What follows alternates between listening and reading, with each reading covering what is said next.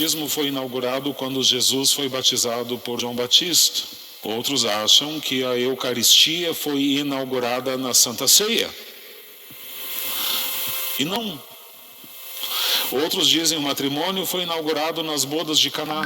Não. Todos, sem exceção, todos os 7 sacramentos foram inaugurados num mesmo e único momento, na morte redentora do Senhor na cruz.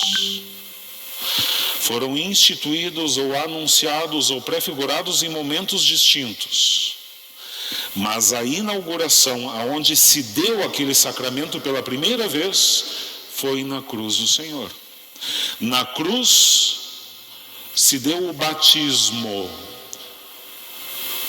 Batismo é uma palavra, batizar é um verbo grego que significa submergir e emergir.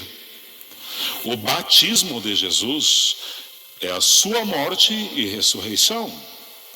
Foi prefigurado no batismo no Jordão. Foi mandado por Jesus na ascensão: ide, anunciai o evangelho a toda criatura, batizando-os em nome do Pai, e do Filho e do Espírito Santo.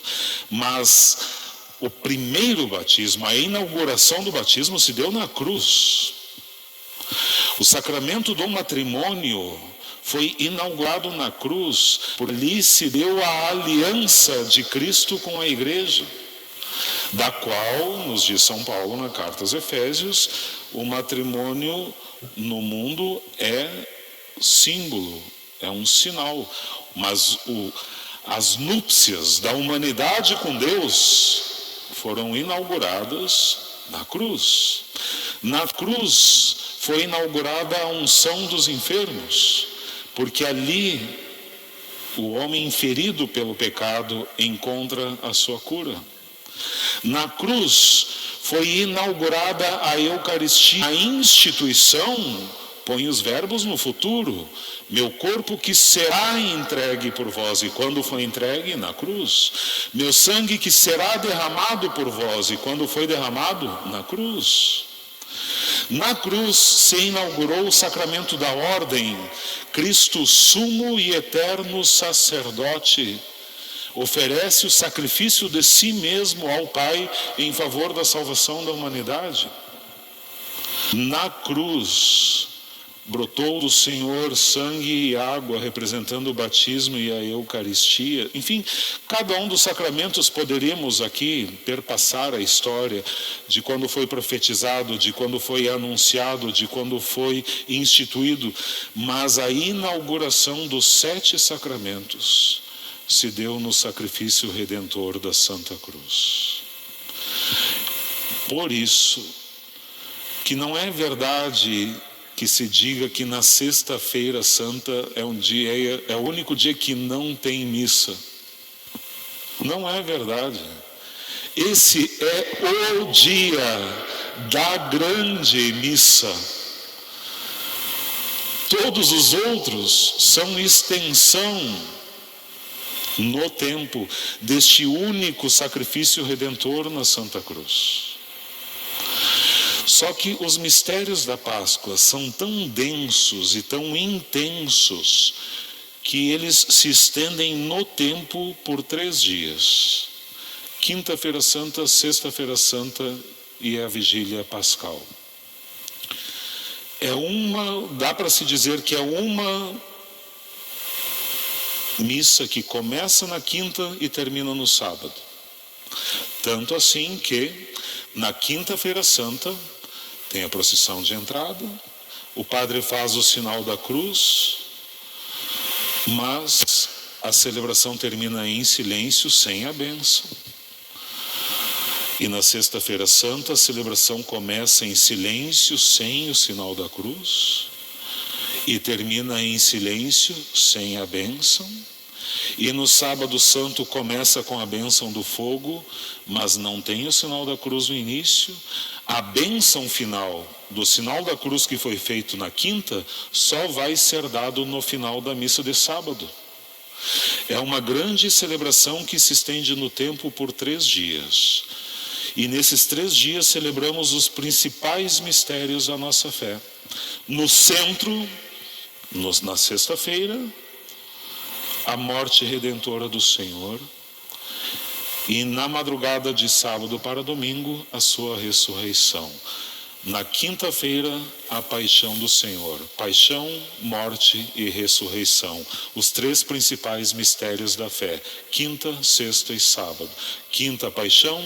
Sexta, morte. Sábado, a ressurreição.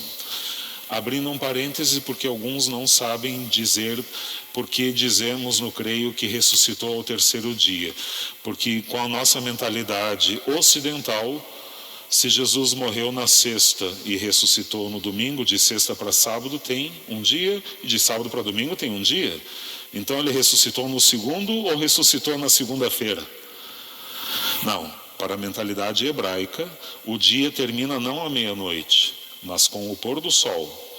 Então, se Jesus morreu na sexta às 3 da tarde, o sol se pondo às 6, o primeiro dia. No sábado, o sol se pondo, o segundo dia. Ele ressuscitou na madrugada de sábado para domingo, ao terceiro dia. Só para fazer essa observação, para entendermos um pouco essa questão do tempo, que às vezes nos perguntam e a gente fica com a saia justa e não sabe muito bem o que dizer. Pois bem, Quinta-feira Santa. Aliás, nessas três celebrações celebramos tanta coisa, tanta simbologia que a gente não consegue degustar tudo. Na Quinta-feira Santa, nós celebramos a instituição de 3 mandamentos. São 3 mandatos que Jesus faz na Quinta-feira Santa. O mandamento da Eucaristia: fazei isto em memória de mim. O mandamento do amor no lava-pés: dei-vos o exemplo para que façais o mesmo. A instituição da Eucaristia está narrada na segunda leitura. E o mandamento do lava-pés, do serviço ao próximo, está narrado no Evangelho da Quinta-feira Santa. E o terceiro mandamento, a instituição do sacerdócio, está incluso nesses 2 primeiros, porque o sacerdote é aquele que celebra a Eucaristia em memória de Cristo e deve ser o primeiro da comunidade a colocar-se a serviço do irmão. É o mandamento do serviço. Então é o mandamento do amor no serviço ao próximo, a instituição do sacerdócio e a instituição da Eucaristia. Então é uma missa festiva, mas ao mesmo tempo melancólica, porque o Senhor está celebrando a sua Páscoa, e Páscoa é uma palavra que vem do hebraico, significa passagem. Porque uma dimensão que a gente quase nunca lembra na Quinta-feira Santa, a gente fica muito na dimensão festiva da instituição da Eucaristia, mas a Quinta-feira Santa é o início da paixão do Senhor. É o horto das oliveiras, é o suor de sangue, é a prisão de Jesus. Tudo isso é Quinta-feira Santa. É aquela grande oração sacerdotal do Senhor: Pai, não vos peço que os tireis do mundo, mas que os preserveis do mal. É aquela angústia da santíssima humanidade do Senhor: Pai, se possível, afasta de mim esse cálice. Eu vou pedir que o cachorrinho fique lá fora. Afasta de mim este cálice, não se faça, porém, a minha vontade, e sim a tua. Então é uma celebração festiva, sim,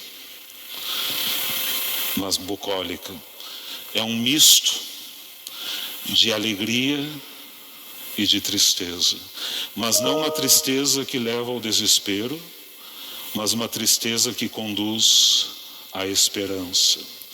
Por isso que a celebração que começa festiva, começa com a instituição da Eucaristia, o lava-pés, começa com cantos alegres, ela se conclui no silêncio. O Santíssimo Sacramento deixa o nosso sacrário, é conduzido para um sacrário à parte, representando o retiro do Senhor no Horto das Oliveiras e o chamado a estar com Ele uns instantes para rezar, e instantes esses tão difíceis que os apóstolos dormem e o Senhor se queixa: não fostes capazes de vigiar 1 hora comigo? O Senhor que se retira no silêncio, sua sangue de angústia, e esse silêncio permanece durante toda a sexta-feira na parte da manhã, que é a parte onde se deu o julgamento de Jesus. Ao meio-dia da sexta-feira santa, nos diz o Evangelho, ele foi condenado às 9, crucificado ao meio-dia, às 3 da tarde, Pai, em tuas mãos entrego o meu espírito. Silêncio.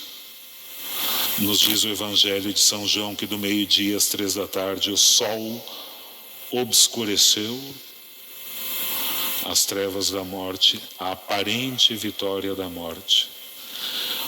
A sexta-feira santa, depois da morte do Senhor, até o sábado à noite, o grande silêncio. A gente tem a cultura, perdeu a cultura de fazer silêncio no sábado também. A gente costuma fazer silêncio na sexta-feira santa, mas o sábado também é dia de silêncio, porque é o dia em que Jesus desce à mansão dos mortos.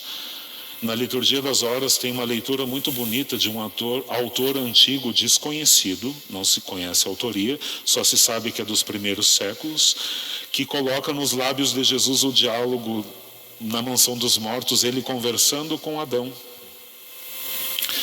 oferecendo a Adão a salvação, a Adão e a todos os antecessores de Jesus, os que vieram antes dele.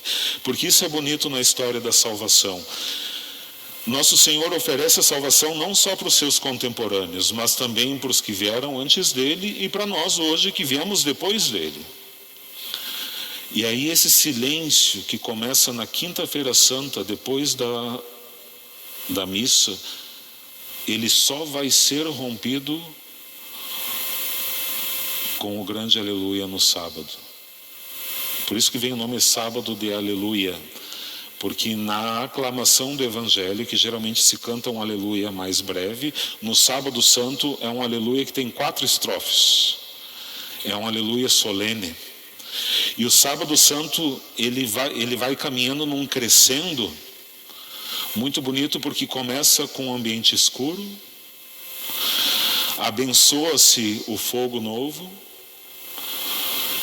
acende-se o círio pascal, por isso acendiu que o círio pascal, o principal símbolo da Páscoa, porque o símbolo pascal remete à coluna de fogo do Antigo Testamento que ia à frente de Moisés na noite no deserto, conduzindo o povo na escuridão até a terra prometida.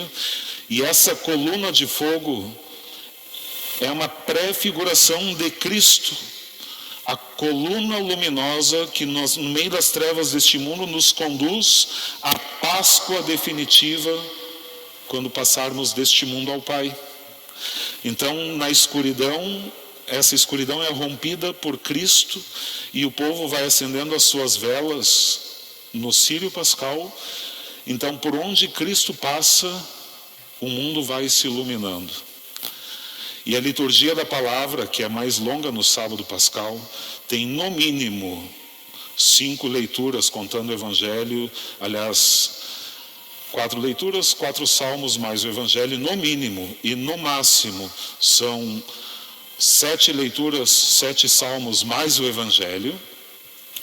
A liturgia da palavra, ela começa com a história da criação do mundo, com os exílios do povo de Deus por causa dos seus pecados, com as profecias de que Cristo, o Messias, virá, e culmina com o Evangelho da ressurreição do Senhor.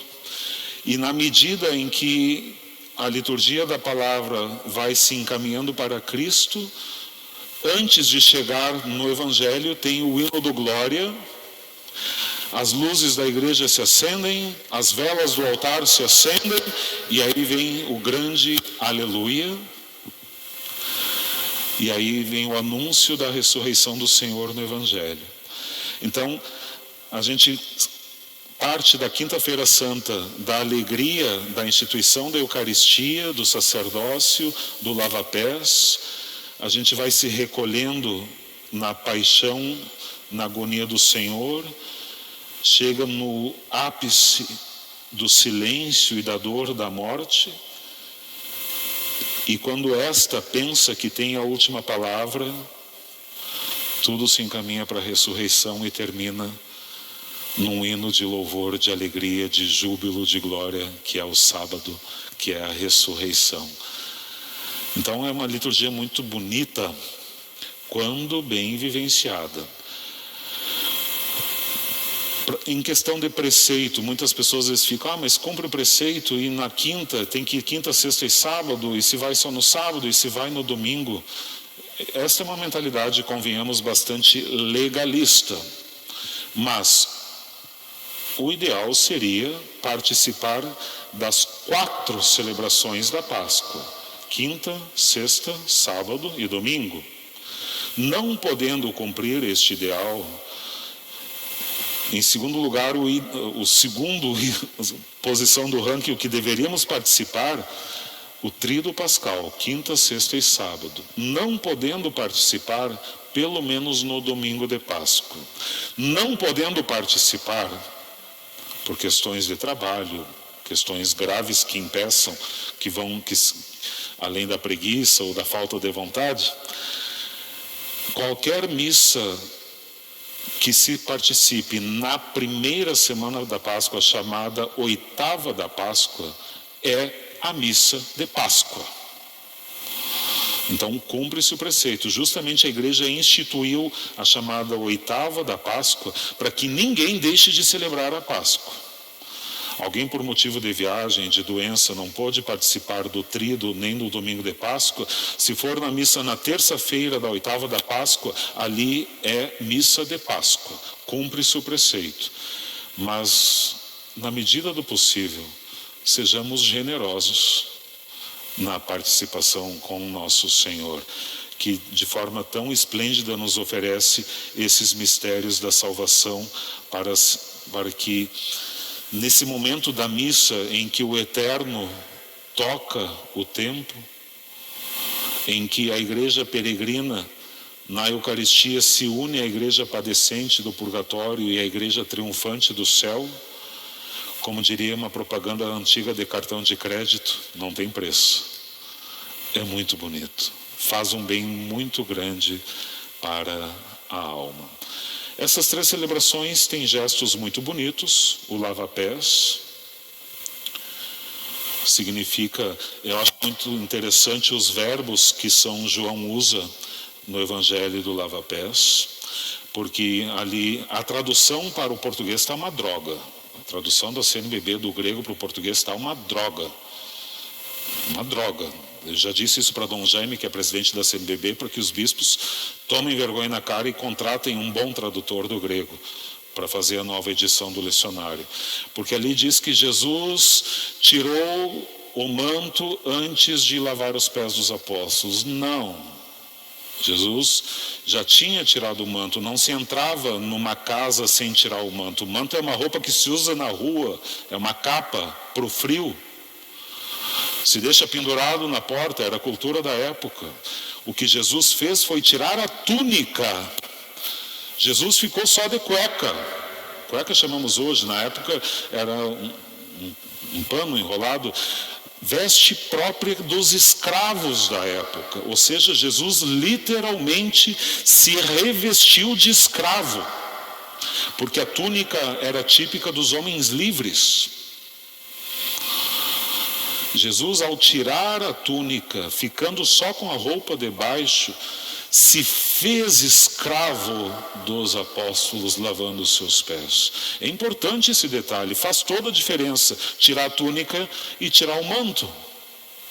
Jesus tirou a túnica, e até porque São João usa os mesmos verbos, tirar a túnica e repor a túnica, são os mesmos verbos que São João usa quando Jesus diz: eu mesmo entrego a minha vida, eu mesmo a retomo. Então Jesus despe-se da sua dignidade ao se rebaixar ao extremo, ao lavar os pés dos apóstolos. E é nessa kenosi é uma palavra do grego que significa rebaixamento, é nesse rebaixamento que o Pai o exalta. Ele toma de volta, endossa novamente a túnica. Mas tem um detalhe interessante no Evangelho de São João, que São João diz que Jesus cingiu os rins, o que é interessante, porque o símbolo, aquela corda que se usava por cima da túnica, justamente para dar liberdade de movimento para as pernas. Mas Jesus, parece que estava meio fora da casinha, tirou a túnica e cingiu os rins. Porque o símbolo, a corda que se usava, era sinal de serviço, estar pronto para servir. E ele serve justamente tirando a túnica, despindo-se da sua dignidade. E só que quando ele retoma, endossa novamente a túnica, Jesus não diz que ele tenha tirado o símbolo, porque ele pôs o símbolo na quinta-feira santa e nunca mais tirou, porque ainda hoje, em cada Eucaristia, ele continua servindo-nos. Em cada batizado, ele continua servindo-nos. Em cada matrimônio, em cada confissão, o Senhor continua servindo-nos.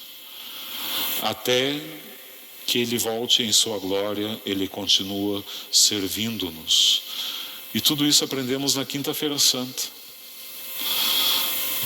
Não tem como não se apaixonar por nosso Senhor. Na Sexta-feira Santa, fazemos um gesto de reverência à Santa Cruz, sinal da nossa salvação. No Sábado Santo, abençoamos o fogo novo, o círio pascal. No Sábado Santo, na Antiguidade, e com isso concluo que já está batendo a meia hora que eu disse que ia falar. O Sábado Santo na Antiguidade era muito esperado pela comunidade cristã. Por quê? Porque era nesse dia que aconteciam os batizados. Já falei isso em outras palestras, em outras ocasiões, mas no início do cristianismo, no Império Romano, havia muita perseguição.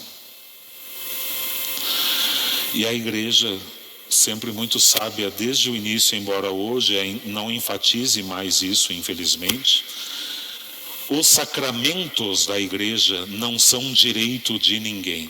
Ninguém tem direito ao batismo, ninguém tem direito ao matrimônio, ninguém tem direito à Eucaristia, ninguém tem direito ao sacramento da ordem. A pessoa pode pedir esse dom para a igreja e a igreja vai conceder se julgar que a pessoa é digna de receber. A primeira pergunta que está no ritual do batismo, que os padres quase, eu mesmo não tenho feito, porque as pessoas vão dar umas respostas esdrúxulas, já perderam a consciência ou a noção do que é o batizado. A primeira pergunta que se faz é: o que viestes pedir hoje à igreja? O batismo. Estão pedindo, agora vamos ver se eu vou dar. Então, os que pediam o batismo para a igreja, pediam-no por intermédio de alguém que já fosse cristão, porque era muito perigoso trazer um membro novo para a comunidade, sob o risco de denunciar a comunidade inteira para ser presa ou morta, em tempos de perseguição. Então a igreja agia com cautela. Se o João quisesse se fazer cristão, e sabendo que o Francisco já era cristão, pedia para o Francisco apresentar o João para a comunidade. O Francisco trazia o João aqui e apresentava: está aqui o João, quer fazer-se cristão. Durante 3 anos, o João participava da missa todo domingo, só na primeira parte, na liturgia da palavra. Até hoje, o lecionário no domingo está dividido em anos A, B e C. Ano A, Evangelho de Mateus; ano B, Marcos; ano C, Lucas; no tempo pascal e nas festas, João. Então, em 3 anos, mais a primeira e segunda leitura, primeira leitura do Antigo Testamento, a segunda leitura do Novo. Em 3 anos o catecúmeno aprendia toda a Bíblia. E na homilia aprendia o que estava dito na palavra. Essa era a catequese, não tinha outra. E depois então de 3 anos, chamado catecumenato, processo de catequese, o João ia passar por um escrutínio. Era apresentado aqui para a comunidade, está aqui o João, está concluindo os 3 anos de catequese dele. Vocês que conhecem o João lá da rua onde ele mora, do trabalho dele, podem dizer se ele já deu sinal de que se converteu agora que conhece a palavra de Deus? Não? Desculpa, João. Primeiro te converte, depois a gente conversa. Não vai se batizar. Agora, se a comunidade dissesse sim, ele dá sinais de que vive segundo a palavra, para que se cumpra o mandato do Senhor. Ide, evangelizai, anunciai o evangelho a toda criatura e batizai. Não se batizava sem evangelizar primeiro. Agora, se o João fosse admitido juntamente com todos os outros companheiros seus que também foram admitidos ao catecumenato, durante 40 dias faziam um aprofundamento da catequese com o bispo da diocese. Surgiu aí a quaresma. O Francisco, que acompanhou o João nesses 3 anos e que botou a mão no fogo por ele ao trazê-lo para a comunidade, surgiu aí a figura do padrinho. E na vigília pascal, o João recebe o batismo, a confirmação e a Eucaristia. Os 3 sacramentos da iniciação cristã eram concedidos no dia, na vigília pascal. E aí depois, por 7 semanas, pela primeira vez, o João ia participar da missa por inteiro. Não só da liturgia da palavra, mas também da liturgia eucarística. E aí, pela própria liturgia, ia sendo evangelizado sobre os mistérios eucarísticos. Surgiu aí o tempo pascal. Então, estes 2 tempos, com a festa da Páscoa no meio, a quaresma, tríduo pascal e o tempo pascal, surgiram a partir da catequese. A forma que se dava a catequese na época é que forjou estes tempos litúrgicos que vivemos hoje. Então é muito bonito. Infelizmente, aqui no Brasil, a quaresma cai em tempo de férias, a catequese quase não vivencia, porque o povo está vivenciando um tempo nada santo, muitas vezes na praia, rolando na areia que nem salsichão na farinha, mas na origem era muito bem vivenciado. Hoje se perdeu muito a noção, a pessoa chega na secretaria, quer saber quanto é a taxa do batismo, quando é que é o curso, se vai demorar muito o curso, e ai de se não tiver tudo assim muito de acordo com a sua vontade. Aí sai xingando o padre até a 5ª geração. Então se perdeu muito esta noção. Enfim, meus amados, tríduo pascal é um tesouro a ser redescoberto por todos nós. A mãe acompanhou o filho de perto nesses momentos derradeiros. Isso também chama atenção. Anteontem celebrávamos Domingo de Ramos, na entrada triunfal de Jesus em Jerusalém, nenhuma palavra sobre a presença de Maria no Evangelho. Mas na paixão e morte, a mãe está lá. Na hora que os outros fogem, a mãe está lá.